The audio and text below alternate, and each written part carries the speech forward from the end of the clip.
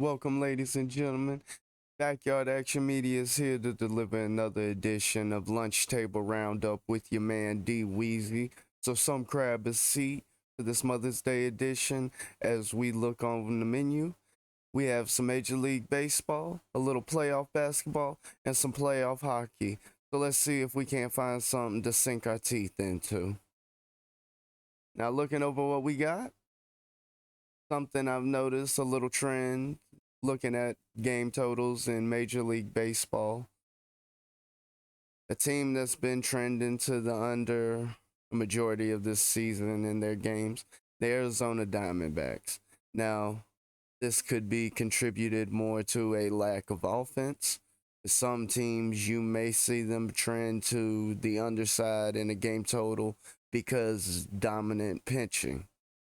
I don't believe that's the case with the Diamondbacks. I do believe it is the lack of offense why you find them in their games leaning more to the under. Multiple times this year, if you look in past results, you've seen them struggle to score and put up points. Now, recently, they have been able to heat up the bats a little bit, but I do think this game with the Colorado Rockies will go to the under. Past two games in the series with them have gone to the under, each game finishing at 5, being 4-1, with each side splitting the victory. Another team we see trending to the under this season is Boston Red Sox. Now, partially, this could be due to the division they play in.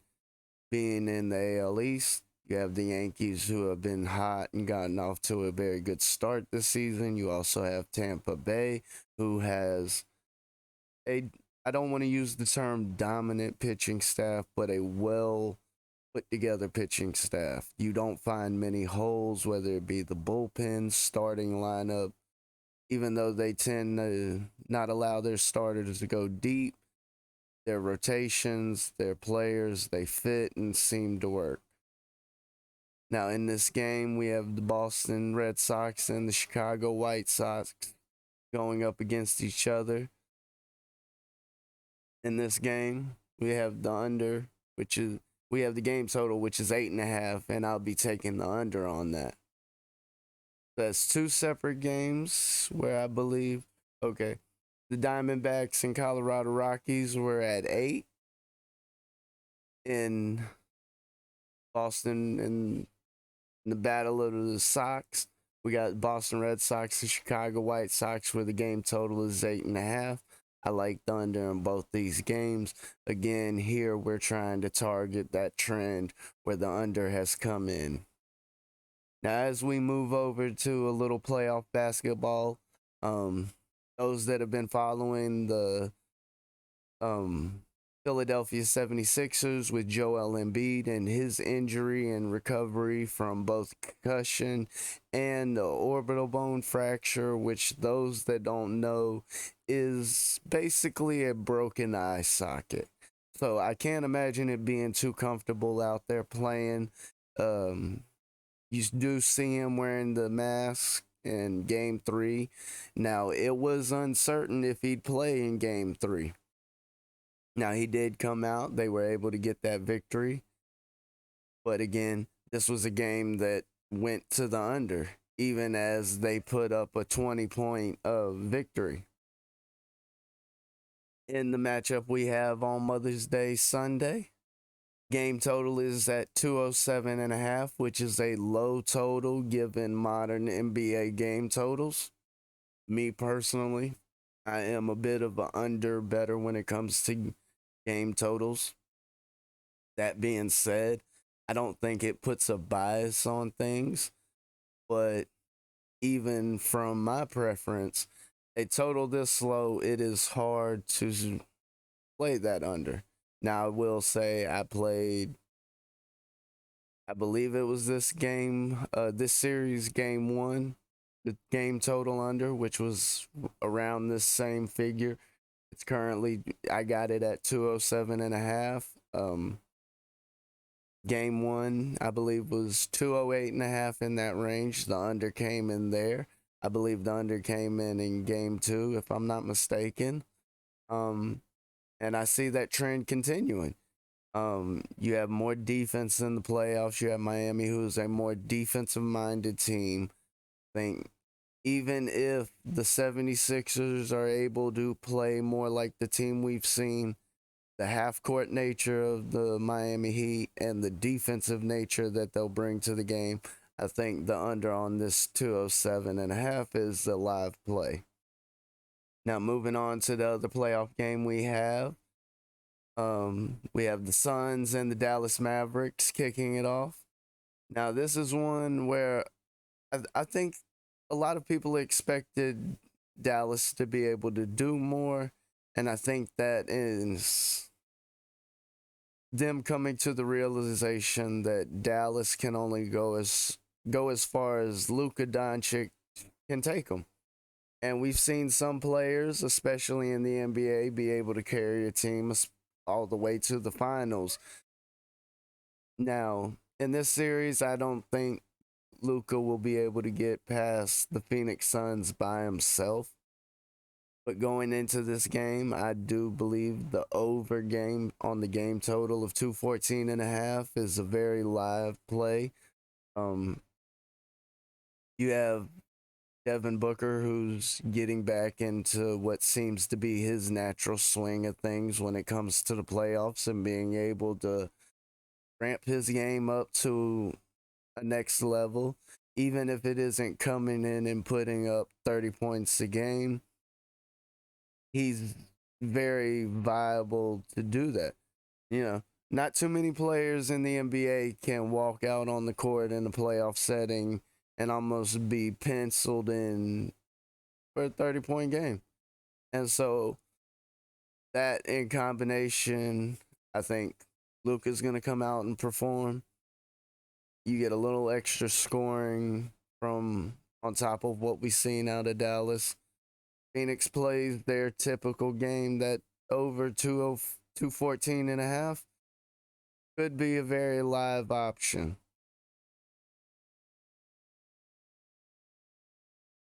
So in my NBA, it's a little bit of a mix on the game totals. You know, I have an over and the under. In the MLB, it was both unders. Now, it just happens to be more so ironic that these games are game totals. And even the NHL games that I have for you will be a couple game totals. It could be that this is just my preference. This is what stood out to me. And if this works for me, hopefully it'll work for you. Yeah. Now, of course, that doesn't mean these are the only angles to look at with these games. Partially, in my opinion, why I would avoid something like the spread with the 76ers series in the playoffs. You don't know what you're going to get out of Joel Embiid. It's that unpredictability factor. Can he play at his normal level? Can he bring that same intensity? Or do we see what we got the other night where it's a solid performance, but it's not what we expect out of Joel Embiid? 18 points is not what you expect out of Embiid in the playoffs. You expect 25, 30 points. You expect him to come out and dominate a game. And that's not what we saw in game 3.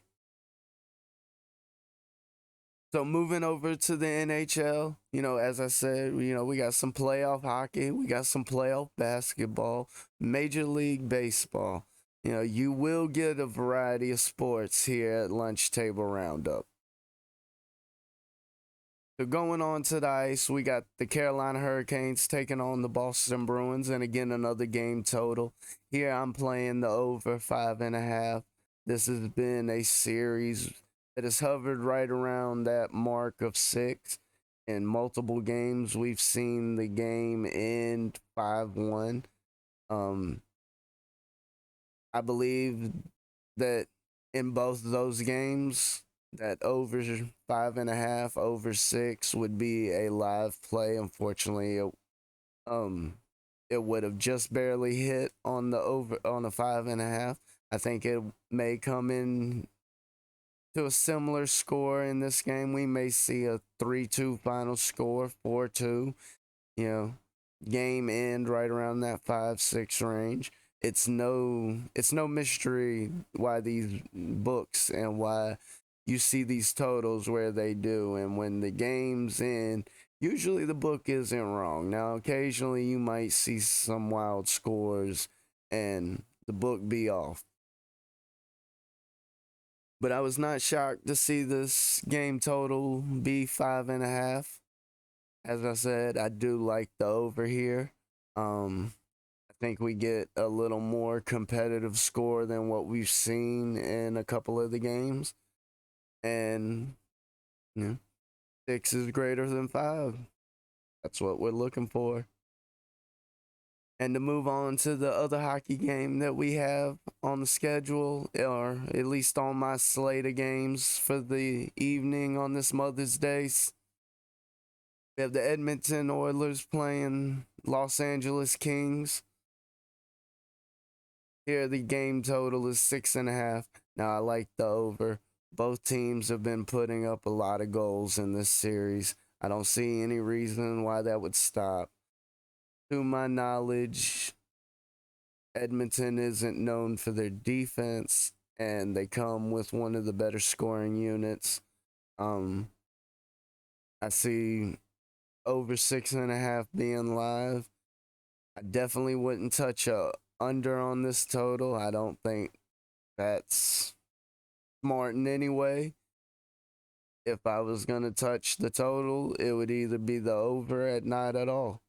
Because not making a bet is never a bad bet.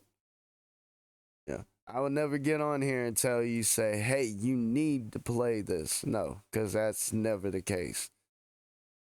Not making a bet is never a bad bet. You can't lose money if you didn't bet it.